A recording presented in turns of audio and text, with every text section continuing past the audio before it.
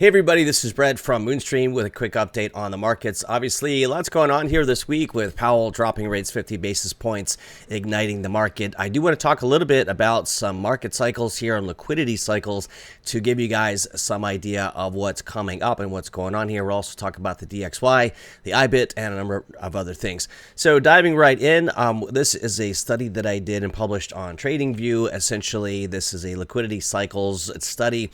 Won't go through all the details. You can find it over on TradingView if you'd like. And basically, the liquidity cycle is really what drives these markets and breakouts. Just to go full screen here for us, as we can see this a little bit better, and I'll move that over so I'm not covering anything. Basically, you can see liquidity cycle tops are about 1,400 days apart, give or take, and that's about 46 weeks. The important thing here is that once that starts, the top, then it's 1,400 days to the next top. We want to focus on the bottom when liquidity starts coming in. So we can see back here in 2013, liquidity bottoms out and money starts flowing back into the markets. And as you can see, that really drove that breakout we have seen over and over again, where the market comes up to retest the old all-time high, right? You see this black line, and essentially we are right there where this is near breaking out. It's ready to break out in terms of time of the market cycles. And we've been doing a number of other studies based on Hearst market cycles. All of this is lining up. So history does tend to repeat itself. So back to these circles again, and I'll talk about these different colors in a minute. I've got to be quick here and want to get through this fairly fast, but we can also see after the breakout here, these purple boxes, the average breakout lasts about 49 days. Here, 43 bars, 46 bars. So the good news is we should have a lot of upside ahead of us. And again, we're right here ready to break out at this liquidity bottom that's starting to turn up higher. Now, the different colors here represent the different central banks. And so if I were to hop in here and go to settings, you can see that these are inverted. So we have the basically from bottom to top. Again, they're inverted. The other is basically all the other countries. Bank of England is in purple. People's Bank of China. We have Bank of Japan. European Central Bank in blue. And of course, the Fed in yellow. What we do see is when these start to dip, we can see that here in terms of the monetary policy and liquidity in each of these. And that's usually when they really start to take off. So we saw that here. We saw that here. Bitcoin bottoms when orange bottoms. So that was the bottom of the cycle. So we really saw that here during this liquidity dip. And from there, we started to rally out of there. Of course, I was calling for getting back in the market in December of 2022. Once we were at around 16.5, where we spent about 2 months, that was a number I had forecast back in May, 5 months prior. A little bit of luck, but that was the area that held. And so we've been long here since Jan 2023, based on some of our other indicators, like our early ER, our early reversal indicator. Not here to talk about that. But anyway, interesting study. Point is, focus in right here. We are hovering right under that old all-time high. And again, as we've seen in the last 3 cycles, once that breaks out of the all-time high with conviction, then we're off to the races. And usually that coincides, it's always coincided with the bottom of the liquidity cycle. So therefore, with the Fed rate cutting and an imminent liquidity cycle beginning, we'll start seeing probably money printing coming back in the markets at any time now. Of course, it's an election cycle, so it's a perfect storm to the upside for once. We've been waiting for this for years, this brutal bear market, as they always are, getting ready to break out. This is a monthly chart, by the way. So with that out of the way, let's take a look at the DXY.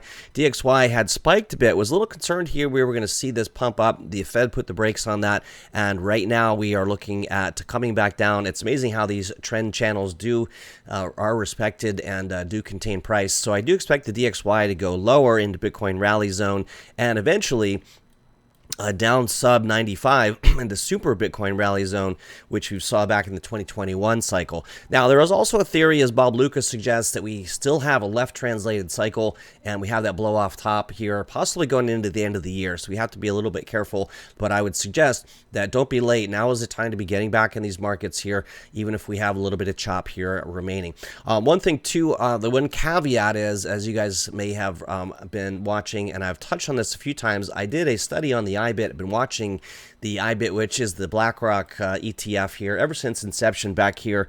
And when it had this cup and handle breakout, I've been noticing that this tends to precede price.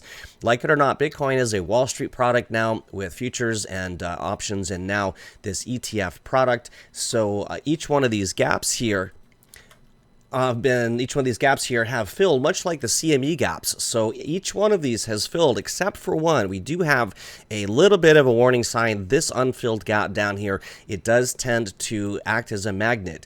We had large back gap here. We pushed higher, and I didn't think we were going to come back down, but sure enough, price was magnetized back to that area and filled this gap with a new one, which then filled here and shot up. So all of these have been filled except for the one in red. So doesn't mean it's 100%. It just had been up until that point. So we have to keep in mind that we still have this down here, which would coincide with around 54K Bitcoin, 52K to 54K. But at this point, I do see a rally coming in. Can we break up above these levels here? I'm going to set an alert. We don't know if we're out of the woods. Anything can happen with Bitcoin, as we know. So it's just worth noting, having that in the back of our minds. But as of now, things are looking really strong. Let me jump over to Bitcoin here. With Bitcoin breaking out of this upward trend line, this is important. This is very important. I do want to see how price closes today, because this new downtrending trend line is a set of new angles. We really want to see this hold above this 62K level. We do have the 21 about to cross the 50-day EMA, very bullish there.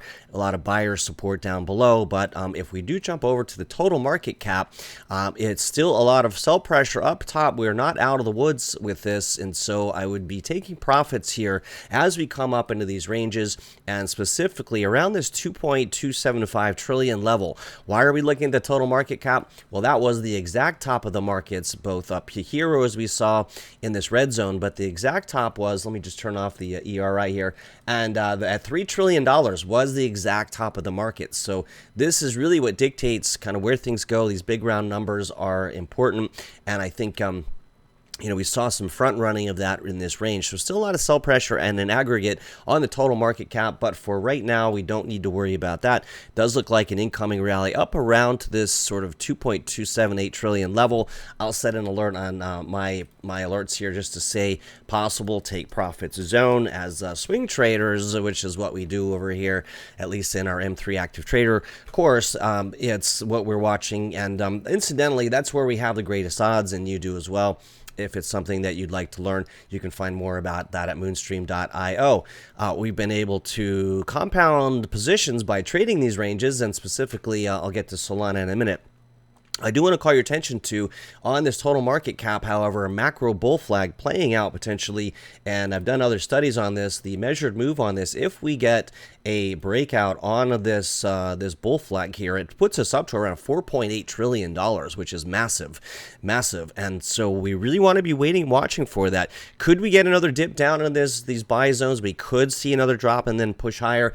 We're not in October yet. September is typically a down month, so we have to watch for that, and we also have to keep an eye on this new downward trending sort of trend line here. So this, as at least on Bitcoin, is broken out, but we want to be watching this here. So it does look like, as of right now, we're breaking out, but at the end of the day, it could still sell off. So we want to be really careful. If this does sell off back in below this trend line, then we have a topping tail, and we would have rejected the 200-day exponential moving average, which is a very important support resistance level over time. And so it is looking fairly bullish. We want to see how things close at the end of the day. If we can close here around and above 2.14 trillion, these are big numbers, you guys. Then I'm bullish. If we reject here, it's going to maybe chop a bit before pushing higher. Or we risk rolling over, coming back into retesting this $2 trillion level. Also very important, though. We want to make sure we're holding that $2 trillion mark. But even if we don't, we saw two retests down on the 1.85 trillion level. And so if you're not watching the total market cap as your sort of North Star, I would suggest doing that. Bitcoin is looking good here, similarly to the total market cap, but we really need to see it close above the 62K level, or we could be in for some downside. Our indicators aren't really giving us a lot of signals other than it's a bit overbought on the daily, but that's when I'll usually switch to the weekly, which is looking very bullish.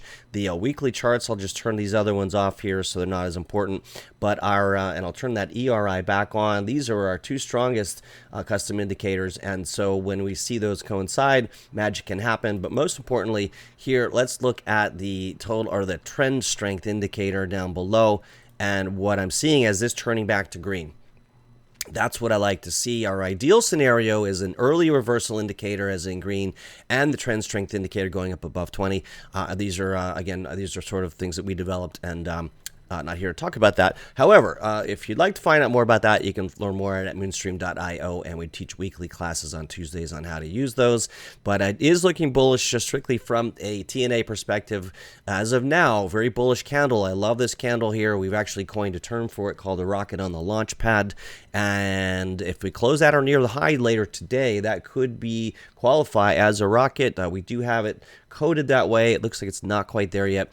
We'll keep you posted, and you guys can monitor that as well. Let me jump over to some of the other high flyers. Let's take a look at ETH. ETH hasn't been performing very well. It is in a buy zone, though. These are order blocks on the exchanges, so we can see that it bounced here. It's also a good time and a way to know when to take profits. I think ETH is sort of setting up here for a push higher. That TSI is turning higher. Once that goes green, and I have an alert set when it goes above here, that is my buy signal on ETH. For now, Sol is outperforming. We've been buying Sol and being very efficient about that.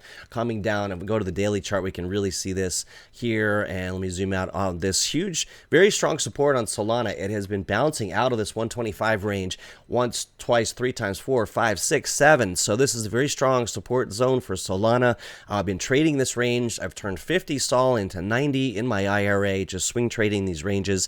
Would have been 100, but I forgot to, I would have doubled it, but I forgot to hit the sell button on one of those trades because I thought it had gone through. Hey, we all make mistakes, right? So a very bullish signal here, ERI forming on Solana. I love that it's above its 2150 and 200-day EMA.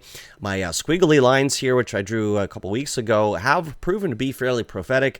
So I think Sol pushes up into this trend line resistance around 173, pulls back into this range, and then we see it shoot up to 200, where I will be taking some profits and be reevaluating for getting back in on Sol. Okay, so enough about that. In terms of other coins that are moving and are looking good here, what else do we have? It's a sea of red. My favorite band for today is Green Day, because everything is green today. And so you can see a lot of these coins here are starting to look good and have been bouncing nicely. So a couple that we're watching all through this range here, and I won't go into too much detail, just jumping around in some of these that are green, like AIOZ, Lido, Ondo. Some of these are starting to turn around. They're not quite there yet. Whereas a couple other ones are starting to look good. So we put out buy alerts on Blur and also Sol and a couple others that I won't mention here in our private group here the other day. So if you like these updates here, and you'd like to see more of this on a daily basis and a weekly basis, you can hop over to moonstream.io and find out more about our free resources as well as some of our other services with permission from Max. And of course, if you like the content, please like this video and leave a comment. And if you'd like us to cover anything else, moonstream.io are some of the other services that we have. And you can, at the very least, sign up for our sort of free weekly newsletter. It's just basic news and nothing to buy there. We got free trainings on Tuesdays and other resources as well. For our M3 Active Trader class, we cover a lot of these kind of things. On every Wednesday, we do a course. And you can find out more about that, I believe, at moonstream.io/success or from our website. And for a small number of people, I've had a few people reach out wanting to work with me one-on-one to help optimize their portfolio. And I've got room for a couple more to do that. It's fairly time intensive, but if you're really looking to optimize your portfolio in the coming bull run, this button here will take you to a place where you can watch a short video. And yes, I actually trade. This is my setup, and you can book a time to have a call with me and we can go over it. only if it makes sense for you. Most importantly, it looks like now is the time to get back into these markets. I'm very bullish, a little bit premature. We're waiting to get back above that 50-day exponential moving average. I liken this to being under the underwater, under the ice. The orange line is thin ice, and if you're walking along a river or a frozen lake, you don't want to be on thin ice. You want to be on the thick ice. So we saw back here that green line, that 50-day EMA is that thick ice. So we were able to ride that all the way up, but once you're below that area, you're underwater, you're drowning, trying to break back above. So we're still drowning a little bit on some of these coins, but once we're back above and solidly back above that thick ice, and this thing's starting to turn around, that's a very bullish sign. I like the EMA ribbons. It's another great indicator that are starting to come together tightly. And we see the best bounces when we start to see the EMA ribbons. We'll just turn off some of this, start to turn around. And you can see some of these rocket signals here. That's one of the ones that I told you we had created. But right back in here, the best times to get back in the markets are when these EMA ribbons really consolidate and it launches out of that. Back here, September, October of 2023, we were on a buying spree of the AI tokens back then. And then back in here in February this year, another bullish wave. So we're starting to see that turn, but we're not quite there yet. We need to get back up above these. And so I would be setting alerts on some of these coins where you want to be buying into strength. I don't like to buy and try to catch a falling knife. I will buy in these buy zones. Again, these green boxes are where buy orders are lining up on the books under, this is one of our signals, order block detectors, and then the red blocks are where people are selling. Okay, I think that's all I wanted to share with you. Just taking a little bit of a look on the short-term time frames. Not a whole lot going on. Volume is a bit low, waiting for money to come back into this market, but I think we covered it pretty well. And so that's all I have time for you guys. If you would like to learn more, you know where to find us. And again, please like the video and subscribe if you haven't already. We'll be doing more of these now that the market has heated up, now that we're back from the summer and all the big traders on Wall Street are back from the Hamptons, back from simping champagne all summer long, ready to get back to work. This is when the big money will start to come back in. And of course, on that study that we did, we are ready, we're imminently ready for the big breakout. So I wouldn't be too late on this. I would be buying in dollar cost averaging, not going all in yet. But once we break back above 72K, 74K, and close on a closing basis, that's a green light. If you want to play it safe, wait for 75K. Bitcoin easily, I think, could still double. I think 100,000 is in the bag by the end of the year if we see all of these things play out. But with the liquidity, it's not about the 4-year halving. It's about these liquidity cycles, which really drive these markets and money coming back into risk-on assets. So anyway, that's all I have, guys. This is Brett from Moonstream. I'll talk to you guys soon. Take care.